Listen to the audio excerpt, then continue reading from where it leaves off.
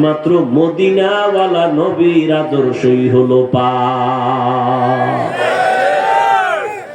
ইমামুল আউয়ালিন আল আখিরিন বহর সাদকা রাহমাতাল লিল আলামিন সাইয়্যিদুল কাউনাইন খাতুমুল মুরসালিন আখির আমদ বুদে ফখরুল আউয়ালিন। মন গড়া ইবাদত কার আদর্শে? দেখছেন, এই মাত্র বললাম। এই জন্য আমি সব জায়গায় বলি, বয়ান বক্তার এলেমের হেডমে হয় না, বয়ান বক্তার আমলের বাহাদুরিতে হয় না। বয়ান সম্পূর্ণটাই ভালো হওয়া নির্ভর করে শ্রোতাদের আকর্ষণ আর অন্তরের মহব্বতের উপর। জানি না আপনাদের অন্তরের কি অবস্থা। এখানে কি বয়ান হবে, কয়টা কথা হবে, সব বাজেট আসমান থেকে করা আছে।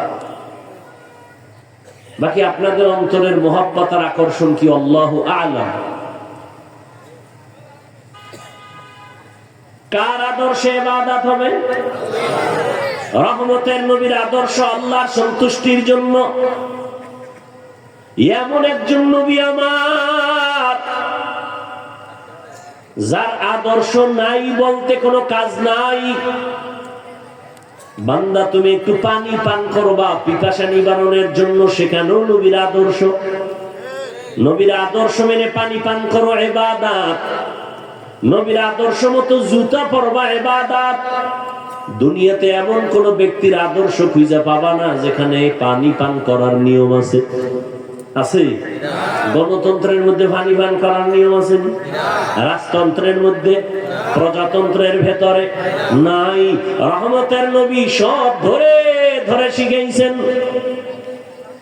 আমি পানি পান করি, তুমিও পান করো আমার পিপাসা নিবারণের জন্য, তুমি তোমার পিপাসা নিবারণের জন্য। হে যুবক, তুমি পানির একটা বোতল যখন পেয়েছো, সেকেন্ডের আগে তোমার বাম হাত দৌড় দিছে, আর আমি বান্দাও পানি পান করার জন্য বোতল সামনে, আমার ডান হাত দৌড় দিছে। তুমি বাম হাতে বোতল দইরা এরপরে বাম হাতে পানি টান মারলা, আধা লিটার নাই, এক টানে শেষ। আমিও পানি আধা লিটার নিলাম, তবে আমি এক টানে পান করি নাই, আমি 3টা ধাপ দিয়া পান করলাম 3 শ্বাসে। আমারটা ইবাদত, তোমারটা ইবাদত হয় না কেন? নবীর আদর্শ নাই। জুতা তুমিও পরো, আমিও পরি, নাকি আমরা জুতা ছাড়া? কিন্তু তোমার তো চিন্তা নাই, আমি তো জুতা পরার সময় ইবাদত হিসাবে পড়ি। কেমনে? কয় ডান জুতার মধ্যে ডান পাও আগে ঢুকাইবা সুন্নত, এরপরে বাম জুতায় বাম পা ঢুকাইবা সুন্নত। কোন পা আগে ঢুকলো? এবার দোনো পাও যখন ঢুকছে দাঁড়াও, এবার প্রথম কদম দিবা ডান পা দিয়া, সুন্নত।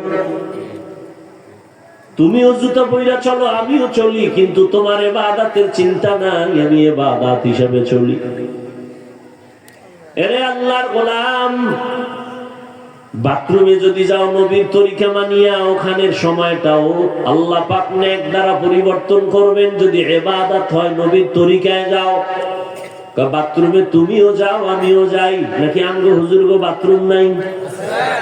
তুমিও বাথরুমে যাও, আমিও যাই, কেমনে ব্যবধান?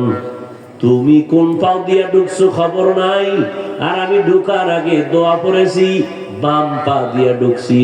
ভুলে যদি ডান পাও দৌড় দিয়া গেছে, আবার ব্যাক করছি, আবার নতুন করে বাম পা দিয়া ঢুকছি।